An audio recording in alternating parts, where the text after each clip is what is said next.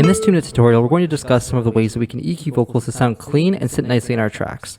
Before we get into the actual EQing, something to keep in mind is that every vocal is different, and the way that microphones record vocals can also vary. Always use your ears and use the help of visuals to appropriately EQ for each situation. We also need to consider the key of the track, the octave that the vocal is sung in, and what vocal class the vocal will be defined in. Using a piano roll, we can see the vocal classes by octave, keeping in mind that these ranges aren't exact and can vary by a few notes, but these are a typical guideline. So starting at the low end of the vocal classes, we have that the bass singing range is between E2 and E4, or 82 Hz and 329 Hz, while the highest being soprano sits at the C4 to C6 octaves, or 261 to 1046 Hz. I'll include a full list breakdown in the description. Now let's EQ. For the sake of time, I'm just going to show you what I've done to this vocal and explain why we did it.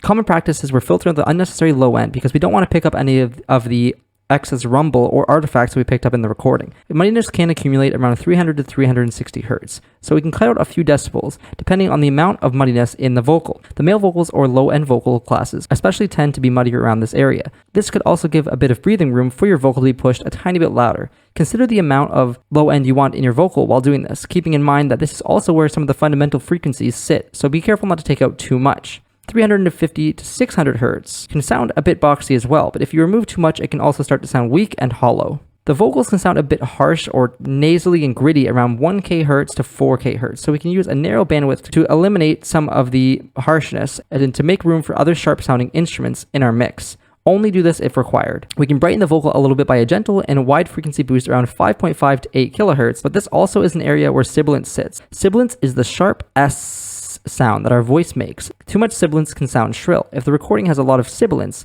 you can cut it in this area and boost around this area slightly to help maintain the brightness while reducing the harsh sound of the S. Last, we have the air region, where we can slightly boost to give a sense of clarity and airiness to the vocal.